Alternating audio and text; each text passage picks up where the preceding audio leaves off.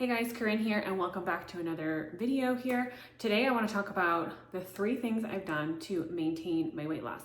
I know this may sound weird because this is a channel where we're talking about like tips for, simple systems for your home and your life and your business, right? However, your health and your weight are a huge thing with this, right? When I was heavy, I lost 75 pounds. When I was heavy, I wouldn't show up on camera. I was playing small in my business and I didn't want anyone to see me. I didn't want people to see my videos and be like, oh, she's so heavy. Or I didn't want to go to conventions because I was worried that I was going to be the fat girl in the room. I was hiding, right? When I lost all the weight, I noticed how much my confidence improved. And then as well, I had so much more energy to be able to dive in and work and grow my business and be a better mom and have fun with the kids. One of my friends told me once, like, the biggest mom flex you can have is to be able to hang out and actually like have fun with the kids, right?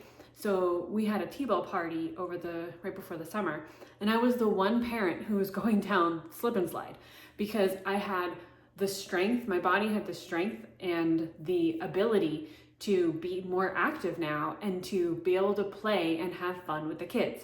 So I feel like this is all super connected. Your health and your weight and how you feel about your appearance all matters and can definitely hold you back from being a better mom, from being a better business owner. So like I said, today I want to go through the 3 things that have helped me keep the weight off. So number 1 is actually very controversial, which is weigh yourself daily. And I feel like so many people are like, no, you should never weigh yourself daily. It's gonna mess with you too much with the scale. When you weigh yourself every day, you're gonna freak out always and obsess about the number. And that's totally not true, okay? If you've ever wanted something, right?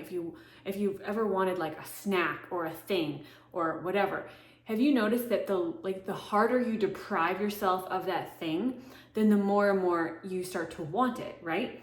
So if by weighing yourself, just follow along for 1 second. So by weighing yourself daily, you actually subject yourself to that number so much that it starts to like almost, I hate to use the word numb, but it starts to just sort of become like, meh, it's a number. So it'd be just like if you had a snack every single day. Like, I really love Cheez-Its. I've posted about this before. Cheez-Its though, like if they come into the house, I will finish the box that day. They can't come in.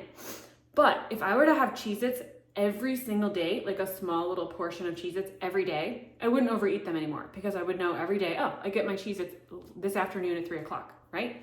It's the same thing. You stop obsessing about the number when you weigh every day because it just becomes a measurement. It just becomes like a data essentially. Like, oh, yep, I'm the same weight again today as I was yesterday. And you just keep going. As well as waiting a whole week before you realized you gained 5 pounds, that's too long. Like, if you can gain 5 pounds or gain any amount of weight and fluctuate just because we're women, with our menstrual cycle and everything else. But if you start going and getting on the scale and it's not your menstrual cycle, you just know you have been maybe working out less, maybe more lethargic, you've been eating a lot over the holidays.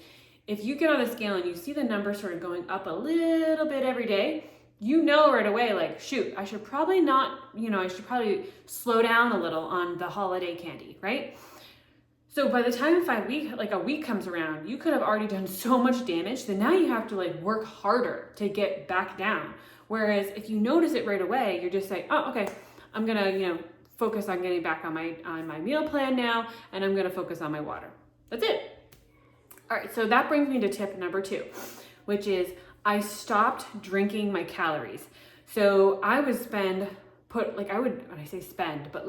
I would spend a lot of calories, right, on coffee because coffee had like creamer, stevia, all of the fun stuff that I would put in my coffee to make it delicious. I spent a lot of money going out and getting coffees from Dunkin' Donuts. I still will probably get a couple because it's pumpkin spice latte season coming up, but from Starbucks. But when you drink a lot of your calories, you don't feel full and like satiated. So you just drink them, it's wasted calories essentially, and then you still need to eat food, right? So if you check out one of my other videos, I talk about drinking tons of water. I drink 4 of these 40 ounces, 4 of these a day. So I think that's about a gallon. And I put caffeinated stuff in my water to replace my coffee. So instead of having coffee in the morning, I now have my caffeine water, right? And then I'll have another one sometimes mid-morning, late afternoon, or not late afternoon, early afternoon. And I just put it in my 40 ouncer, I drink it slowly, right? And then as the day goes on and it gets closer to like dinner time, I'll switch to some like lemon water or something. But I drink my water, it helps me be fuller, it helps me, be hydrated, all of the things, and I don't drink my calories anymore. And then tip number 3 is continuing to use your index cards. So I know it sounds crazy, like I lost all this weight, do I really need to keep going through my why deck? Do I really need to keep going through my mindset deck? Yes, you do. Because once you've lost the weight and you start living this life and you don't remember what it was like to be heavy anymore because you've sustained it for so long, you need to make yourself feel uncomfortable. You need to remember how bad you felt. And this sounds really horrible, but you need to remember how icky you felt when you were overweight. And then reminding yourself of that feeling, you'll never go back. So in my deck, right, I have a vision board card in the very front. And I have before and after pictures, and I can see it all the time of like, nope, I don't want to do that again. I have in my deck, I also have all of my whys of why I lost the weight, why I want to maintain my weight, why being this size makes me happy. And I remind myself every morning of those. And then I go through my mindset shift cards, where those cards talk about where if the things I had to do to retrain my brain so that I could think like a fit person, which is basically like, hunger is not an emergency. You can wait until dinner, right? How many times have you carried food around with you? Because you're like, what if I get hungry? Oh my gosh, you won't die, right? So hunger is not an emergency.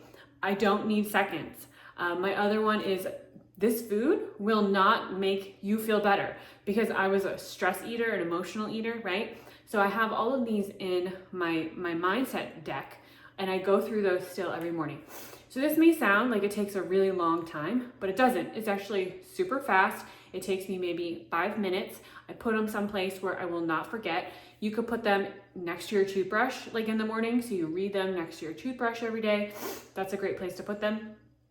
But either way, just put them someplace where you'll see them every day, and you can just go through them really quickly, okay?